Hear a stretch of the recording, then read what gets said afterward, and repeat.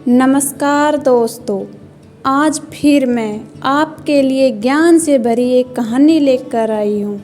एक बार महात्मा बुद्ध एक गांव में अपने शिष्यों सहित घने पेड़ की छांव के नीचे बैठे थे।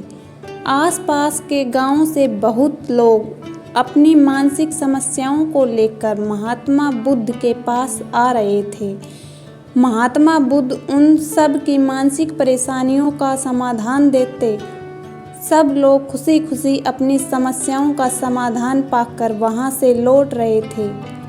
वहीं से कुछ दूर बैठा लोगों को बुद्ध के पास जाते देखकर एक दुखी भिखारी अपने भाग्य को कोसता हुआ यही सोचने लगा कि अभी कुछ देर पहले ये लोग दुखी मन से मुंह लटकाए उन महात्मा के पास गए थे और अब इतना खुश होकर कैसे वापस लौट रहे हैं।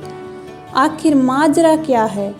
जरा मैं भी जाकर देखूं कि वो महात्मा ऐसा कौन सा खजाना बांट रहा है इन लोगों को। वे इतने प्रसन्न हुए, उनके चेहरे लाल हो गए।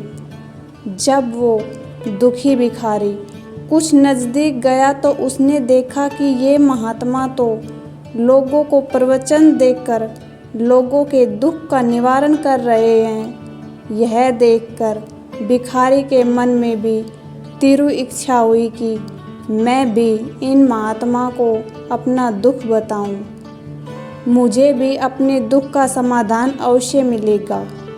बस फिर क्या था, समाधान पाने की लालसा। इसलिए भिखारी महात्मा बुद्ध के सामने पहुंचा और हाथ जोड़कर प्रणाम करते हुए बोला, हे महात्मा बुद्ध, मैं भी लोगों की मदद करना चाहता हूँ। मुझे लोगों की मदद करने की इच्छा लेकिन मैं कैसे मदद कर सकता हूँ? मैं बहुत गरीब हूँ। मेरे पास न तो पैसे हैं और न ही कोई ऐसी चीज़ जिसमें मैं किसी मदद कर सकूं। मैं कोशिश करने पर भी किसी की मदद नहीं कर सकता। मुझे भगवान ने इतना गरीब क्यों बनाया? महात्मा बुद्ध, मुझ पर कुछ कृपा करो। इतना बोले भिखारी रोने लगा।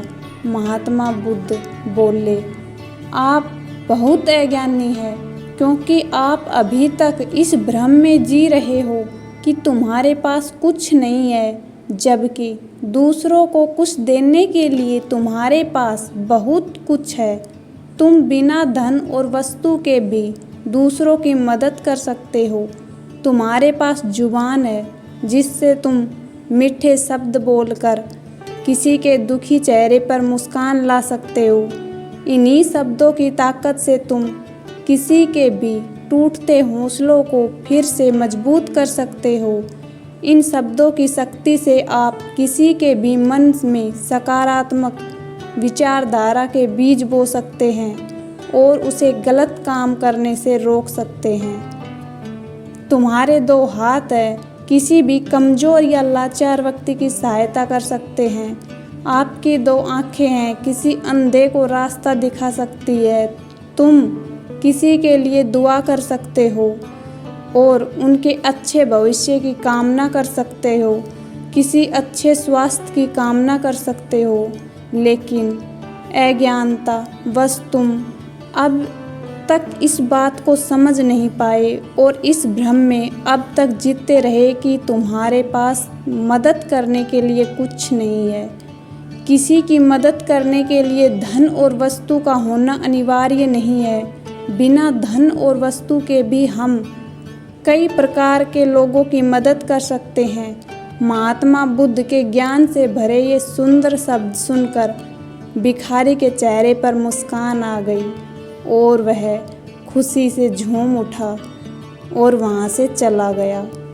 आजकल बहुत से लोग यह सोचकर दुखी होते हैं कि मेरे पास कुछ नहीं है, बल्कि जो आपके पास है उसी में संतुष्ट रहना चाहिए। सीखे और बिना मतलब के लोगों की मदद करें। तो दोस्तों, यह बुद्ध मोरल स्टोरी आपको कैसी लगी जरूर बताना, जरूर कर लो।